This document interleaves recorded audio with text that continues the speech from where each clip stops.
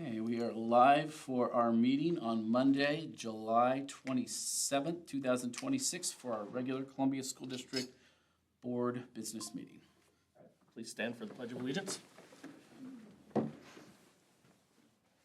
pledge Allegiance to the flag of the United States of America and to the republic for which it stands, one nation, under God, indivisible, with liberty and justice for all. All right, good news. Okay, tonight, I'm really excited to talk a little bit about, finish up our bleacher renovation. And it is complete. Actually, it's about 99% complete. There's actually 2 seats in the upper corner if you went in with a fine. We're waiting for a bracket piece on there, but we have 2 seats literally to put in. But basically, our seats are all in, put in, brand new. Look nice, deep, dark purple and our traditional gold in there. And so our high school bleachers have all been replaced. Brand spanking new. We've been talking about this for some time. That was a priority coming out of spring. We wanted 2 projects done, which was the water project under the middle school and this bleacher project, and both of them have been completed this time. Do want to say thank you to one of our local, Tim Waters. He put in a lot of work. I mean, he was there for several days on his own time helping out on that one. So I want to give him a kudos and a thank you for his time and effort working through that. But our teams were all there, and so we'll be distributing the money back to our athletic teams of that 18 grand of installation. And so that's nice. We'll be putting that back towards our kids, our coaches, and our programs. They really look awesome. So if you have a chance or you want to take a peek through those one of those days you're off work early, I'd be more than happy to walk you down and take a look before everyone gets in there. That's good. Thank I you. guess to me it's kind of ironic that the school opened in 2001 and and the original bleacher set lasted an even 25 years. So that's kind of a round number. Keep that in mind. What? Keep that in mind for the next 25. Any questions? I hope they last us more than 25 years. But kids and coaches did a lot of hard work. Parents, we had a lot of, in there working evenings, days, weekends. They all had their own times. They kind of coordinate teams down there doing the work. But it really was a community project. Okay. Board operating principle review. So Haley, will you take the first one and we'll just work our way around the room? Do you want me to read both of them? Just do the board. Okay. Establish strong and fair policies related to evaluation of all Columbia School District staff. Serve as a role model to staff by evaluating the effectiveness of board operations and superintendent. Superintendent, support board policies regarding evaluation and approach your own evaluation as well as the evaluation of those you supervise with a serious intent to work towards improvement. Administration. Serve as a role model to those you supervise through your own willingness to be evaluated. All commit to being supportive of each other's need to be recognized and rewarded for achievements as well as be counseled and assisted when concerns about performance arise. Commit to being proactive in your own education, growth, and development and be supportive of the growth and development of others. Thank you all. Any changes or additions? No changes or additions to tonight. The only change we might make is the order in which it goes based on when the public hearing starts for our budget at 7:15. Okay. Moving on to the consent agenda. Make a motion to accept the consent agenda. I will second that. Discussion. I am going to recuse myself on this one. It's appropriate. Any further discussion? Oh, Michael. Years ago, there was a policy that prohibited somebody in under the same roof working for the school district, and there have been some changes to that based on, I've reviewed that. We're okay. can you tell me what the new criteria is, please, Todd? She's on a non-continuing contract, and so Brad and I have already had a conversation about this. And he's just gonna recuse himself from votes that involve the hiring or any paid pieces on that. And then we're in the clear based on policy. But it's a full-time position. Correct. Okay, thank you. So we're in line with policy. Okay. Further discussion? All in favor? Aye. Okay, passes unanimous. Hearing visitors, seeing none. Can we move on to reports? I'm gonna move on to our monthly financials. Okay. So our budget status, I'll have Amber give us a quick update on where we're at with the county and how we sit as of this month. We have Or some previous good months. news. We have some reports up till May now. So I will go through that. They were able to get some posted and I worked, last week to get them all reconciled. I think, the only thing they haven't given us yet are the, investment earnings.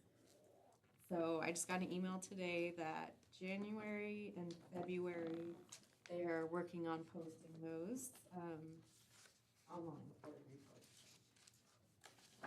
At a later date, we'll have more information on that, but. Here's budget status and general fund, as of the end of May, we're at 2.6 million.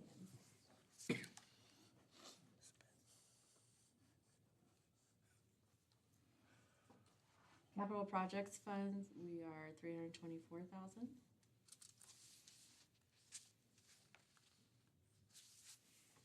Debt service fund, 298,000.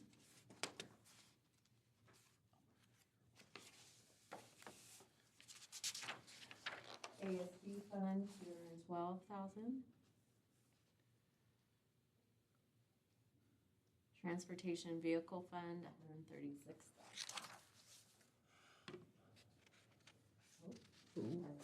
Any questions? Questions of the monthly financials? Is good. We're gonna move on to Mr. Taylor's report. We'll go in the administrative report. Last month you had Mr. Miller here and Ms. Robillard. Mr. Taylor's finishing it up with our end of the year reports. Continue to say even before he starts, I appreciate and applaud his efforts. You're gonna see the numbers. I've asked them to come to you with numbers. I've asked them to come to you with the successes, and I've asked them to come to you with challenges.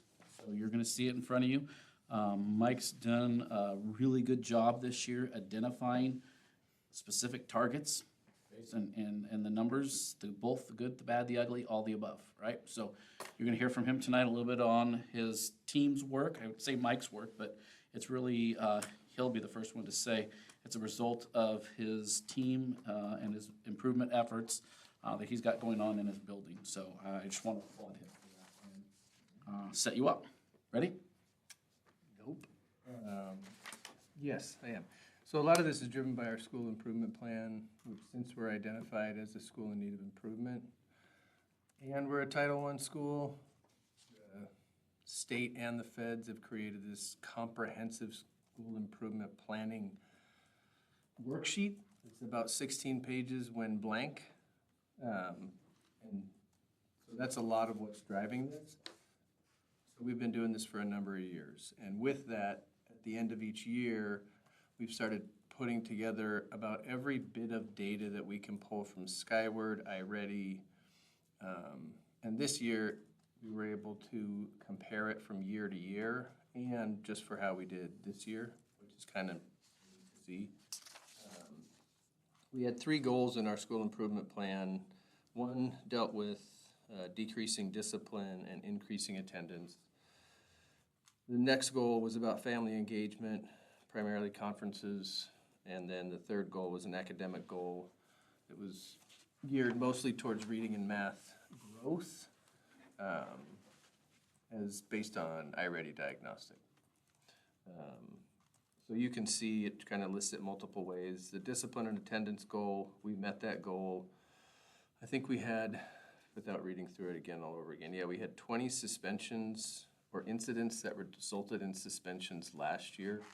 This year we had 9 incidences that resulted in suspension. I would say maybe 5 or 6 of those was one family, but that's beside the point. Just before he jumps on though, that's a lot of work. You know, when I talked to you about the work we're doing with MTSS and SEB, and I said we've been very intentional targeting systems all kids, at tier 1, some kids at tier 2. You're seeing the net effect of that work there, and there's gonna be a message that you'll hear me say over the next couple of years, that what we focused on, we're showing a difference in the work going on, and you'll see the areas that we need to improve on. It's because we haven't spent the time shining the light on those things right now, and we're gonna pivot to those pieces and start working through some of those. But go ahead, Mike, keep going. So in connection to behavior, if you flip to the back side of that first page, once we started check in, check out, which is with some of our kids that need tier 2 services, we misidentified as tier 2. They're really tier 3 kids, but we're still learning this system. Their monthly referral rate dropped considerably. The only reason it's even as high as it is one of the kids check in, check out didn't really work for it. But all the other kids significantly reduced their referrals, and those were our top referral getters. Those would be tier 3 kids, or kids that need tier 3 services. So a part of next year, which you'll see in here as you read through it, is we're gonna try to expand the kids we're reaching with tier 2 services, check in, check out, but identify them more appropriately, which will even have a greater impact. As well as move in on some tier 3 interventions. The second part of that first goal is attendance. We were targeting, we wanted to have 75% of our kids have what OSBI calls a regular attendance, which I think is attending 90% of their school days. And we had 82% of our kids attending 90% of their school days, which is huge. We had some kids with chronic absenteeism. As their attendance improved, it really helped the whole thing, but in general. Second piece was family engagement. I don't remember what our target was. We had around 55% of the parents attending conferences in past years, and during that fall conference time, we had, we had ended up with about 99%, because one family didn't show for makeups.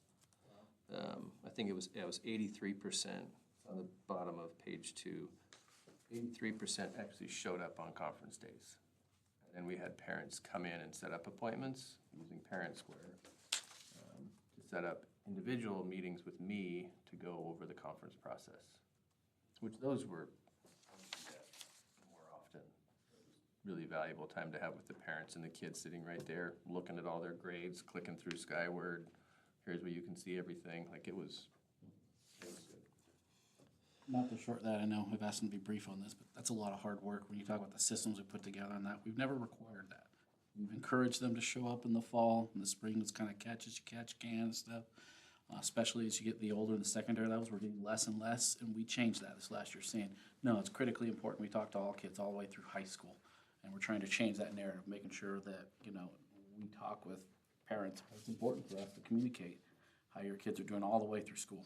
We don't stop, at the primary level saying you need to be here. Well, and what I would venture to say is that when you had 55% parent participation, a lot of the 55% were the students who really didn't have many issues. And the 45% that you didn't have were the students and the parents who you really needed. Yeah. But at that fall time, we got them in. And those ones that, 45% you're talking about, they ended up coming in and meeting just with me. And that was even better. The last goal was about academic growth, so reading and math. You can see on the back side of that first page, the second page, bottom right graph. In reading in the fall, we had 22% of our kids being at grade level. In the spring, we had 35 for reading. In math, we had 16%. And in the spring, we had 34%. Interestingly, not necessarily a part of what our OSPI, federal government school improvement planning process, I had this look at failure rates as well. So on the third page, front of the second page for you guys, over the course of 3 years, we've continued to reduce the number of failing grades, which is great. If you see the red line on the bottom of that graph, it looks like in 2004, which that's showing math failing grades, we had a sudden jump in how many students were failing in math.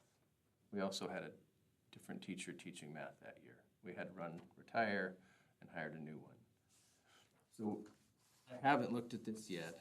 I've wanted to see how many of our kids were meeting grade level at the end of that 23-24 year versus the failure rate, and how many kids are meeting grade level as compared to the failure rate. Just from what I'm seeing, our kids are getting like quality math instruction. So even though they may be failing in their class, they're still making growth in their iReady diagnostic, which is good. Our reading, where's our reading one? We've continued to make growth over the last 3 years within our reading with iReady and with the failure rate. So we're kind of gonna hope to use whatever our reading staff is doing to get that engagement with the kids. One thing we're seeing with the failure rate, so this, we've tracked this over the last number of years. We start out the year really strong, and then as the year begins to come closer to the end, our failure rates start to increase. We even threw in an incentive this year. We took all the kids to Memorial Pool on one of the last days of school, and we made there be a grade requirement. And picked a date close to the end of the year that we would check grades. And they were better then than they ended up being at the end of the year. My kids were more motivated. So we're trying to find ways that we can sustain the kids' engagement as the year goes on, to reduce that failure rate. But it is one thing I want to look at is the comparison over the years of how many kids are meeting grade level versus if they're passing or failing the class. I mean, if they fail a class but are still making growth and meeting grade level, it's like, I don't know. I wanted to make growth. I wanted to meet grade level. Questions so far? I'm not gonna, you guys can read through this. Sometimes it's pretty interesting to look at comparisons. We still have more work to do. I talked about tier 2 and tier 3, how we misidentified kids for tier 2. It still helped them and helped us. We're gonna try to shift some of those kids to tier 3 services and increase the number of kids we're targeting with tier 2 services. But also try and, in the academic side, trying to get the same gains we're getting in reading, and shift some of those practices into math.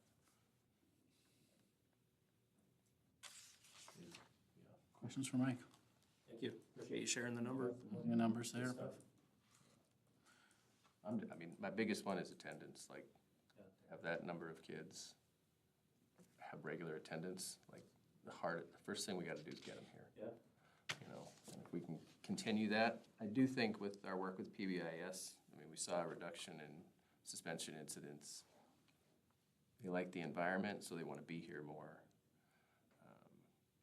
I always lean back to what kind of teeth can we have to make kids want to pass the class when they know they're going to move on anyways.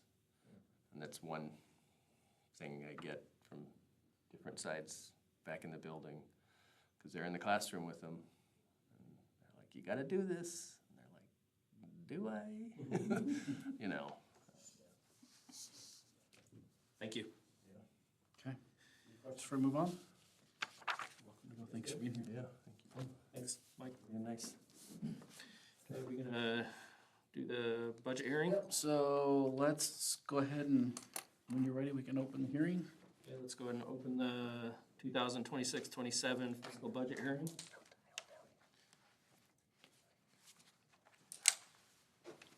You wanna lead us through this? Yeah. Sorry, I'm gonna hand this off to Amber. Amber, take us through our budget. Sorry about that. Is there anything else we need to? Nope. We're just starting, we're starting straight in. Okay, so this is a nice summary of the 2026-27 budget that we've prepared. We have each fund listed up there, so we have general fund, ASC, debt service, capital projects, and transportation vehicle fund. We have the estimated beginning balances listed there, our projected revenues, projected expenditures, and the estimated ending fund balance for each fund. For general fund, we have budgeted an 8.5% fund balance percentage. We have the amount of expenditures we're requesting approval for general fund is the $17,587,702. ASC, which is a combination of the middle and high school budgets, both schools gave me. So that's at $274,100. Debt service, that is to pay off our energy upgrade loan. That's $173,000. Should be our final payment of that, correct? Capital projects, that will be working with Andrew. That's the estimate for our tech levy expenses in addition to some capital project grants that we have built in there. And transportation vehicle fund is $490,830. That is a summary of everything. Isn't it fairly unusual to have a zero balance in the capital projects, though? I don't think we've ever had that, have we?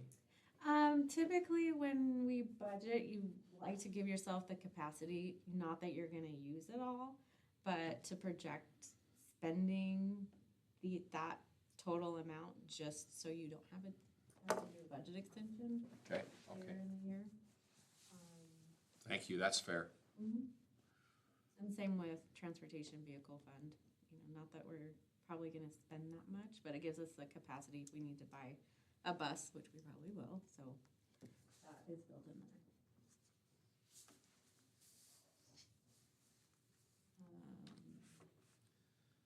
This is our enrollment forecast, and there's a 10-year history there as well.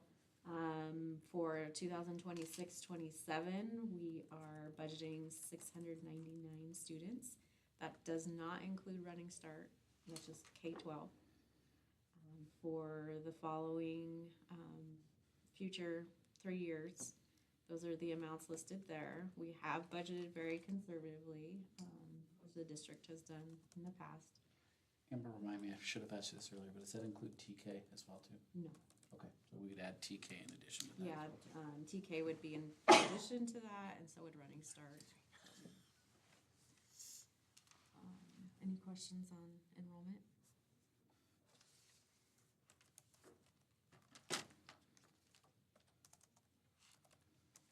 This is a nice summary of just general fund expenditures and showing salaries, benefits, supplies and materials, some travel, capital outlay. If you add salaries and benefits together, that total percentage, we're about, where's that one? 75.6%. Those are our people costs. What? Oh, Salary and benefits, those are our people costs.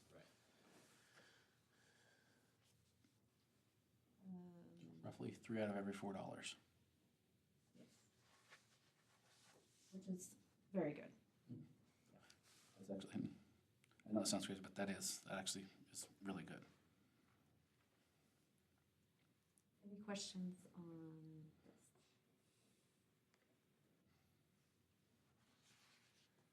This is a required disclosure for material, supplies, and operating costs. In the allocation that we are estimating that the state would fund us, the $1,121,751, we are projected to spend the $3,337,723.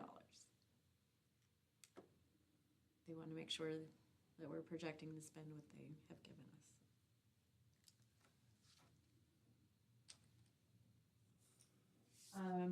into the four-year projection, or, four-year, projections now.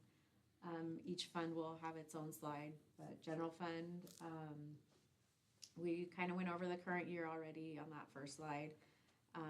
Then next 3 years after, we're still having fund balance about 8%.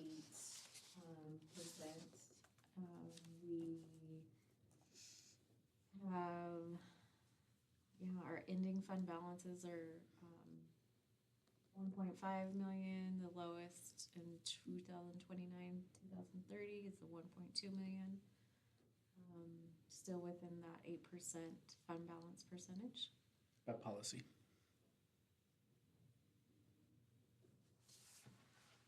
Any questions on general fund? Capital projects, again, the current 2026-27 budget is in that first column. With that projected ending balance being 0, it's carried over to 27-28. So what the revenue we're anticipating is the revenue from our tech levy, and we're projecting to spend that amount as well and continue for that the next 3 years. So that one's pretty straightforward. Any questions on that one?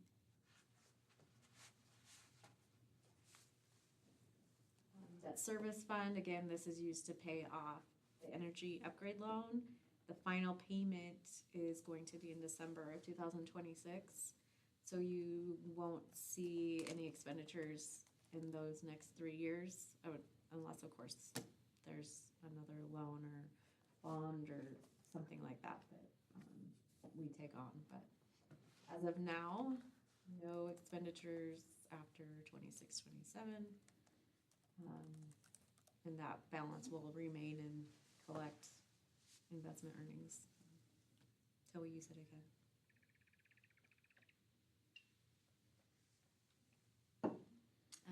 ASB fund, the expenditures we've estimated to be about the same for each year, about $274,000. And that's just budgets we get based on what the buildings give us.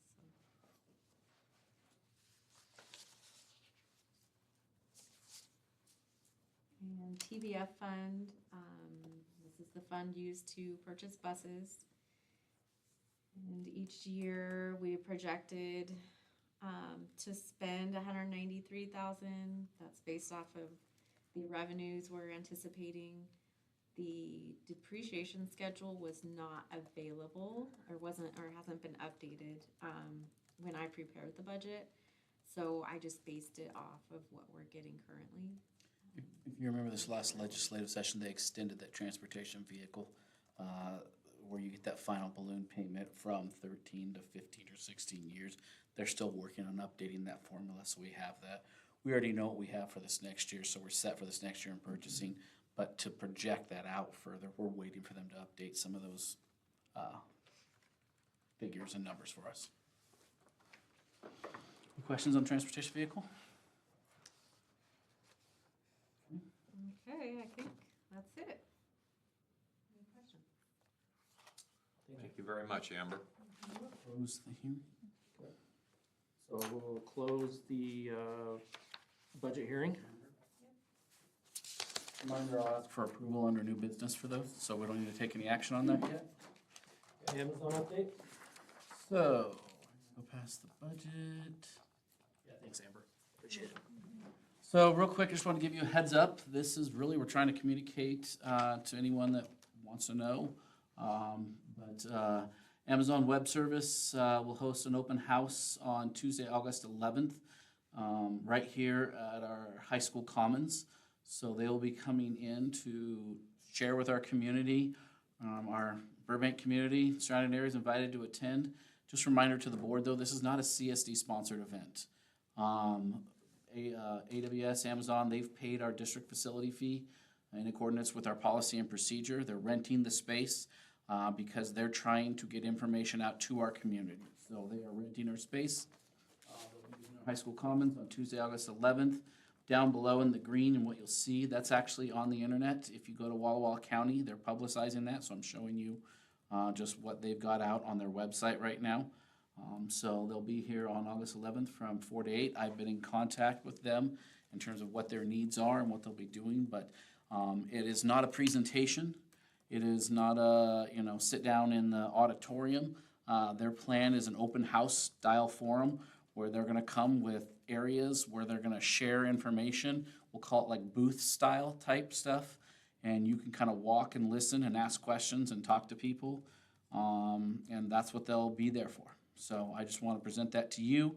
If that's of interest to you and you want to be there that night, I just want to give you time to put that on your calendar and plan for that, if that's something you're interested in. I think it would be wise to ask the county sheriff's office to have uniformed They have their own security. somebody there. Amazon brings their own security team with them, but I've been in contact with our county sheriff, so they're aware of this, that they'll be there. But their outfit comes with a security team with them. Thank you. Okay, Information. business? New business. So tonight you have before you Resolution 2526-06. I'm seeking your approval of the 26-27 fiscal budget. So that's the first part. And then also the 4-year fiscal budgets that we spoke of each of those categorical pieces for general funds, capital project, debt services, ASB, and transportation. If we could do that in 2 separate ones, one for the budget and then one for the 4-year, we could get those done. Entertain a motion. Make a motion to accept resolution 2526-06, the fiscal budget for 26-27. I'm gonna correct it, because this is the resolution. I'm sorry, it's all included in that. You should need to do it once, so I apologize. I thought that was That was my fault. I was thinking the 2, but it's under one resolution, so and the 5 4-year fiscal budgets for the next years. thank you. I'll second. Any discussion? Feel good about it, Todd? Yeah, I feel very good about it. Confident in it. All in favor? Or do we- Aye. Aye. Do we need a roll call or Resolution. all in favor? Aye. Aye. Unanimous. Okay. Board calendar review? Board calendar review. So let's just draw your attention to, you got 2 dates up there, so you can see August 10th and August 24th. I think I know what you're gonna say, but every year I bring it up to you, to at least in case, to give you the opportunity to change your mind if you choose. But, on August 24th, we will obviously look at our board calendar for the year, and we'll talk about, the start of the school year. What I bring to you is we always have an option at this time of year to schedule a separate board retreat on the 10th, or in the last several years, you said, Todd, let's just stack that on the 24th and add the board operating procedures to that 24th meeting. It'll go a little bit longer, and we'll kill 2 birds with 1 stone in one meeting. So I bring that to you for your discussion. Hopefully at that point, we'll have the updated Sodexo contract. Reminder for the board, we are in our last year of our renewal for Sodexo contract, so we'll have to go out for mid-year next year, working on a new bid for food service management company, but we're on our last piece there. Any other items that come up by consensus, so kind of start of the school year type items. Last thing I will bring up is I'm excited. Normally that August meeting in the past calendars has been on the same night as our open house.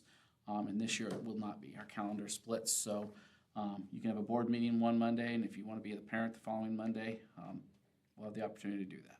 So, thoughts on meeting dates? Both August 10th and August 24th are board meetings. Not necessarily. The 24th, yes, for business. I'm asking, do you want to meet on the 10th for a separate board retreat to discuss yearly goals, thoughts, ideas, and then go through the board, sign off on the board operating principles, any adjustments? Or do you want to just stuff that all in one meeting and add that to the 24th? Yes. Just the 24th.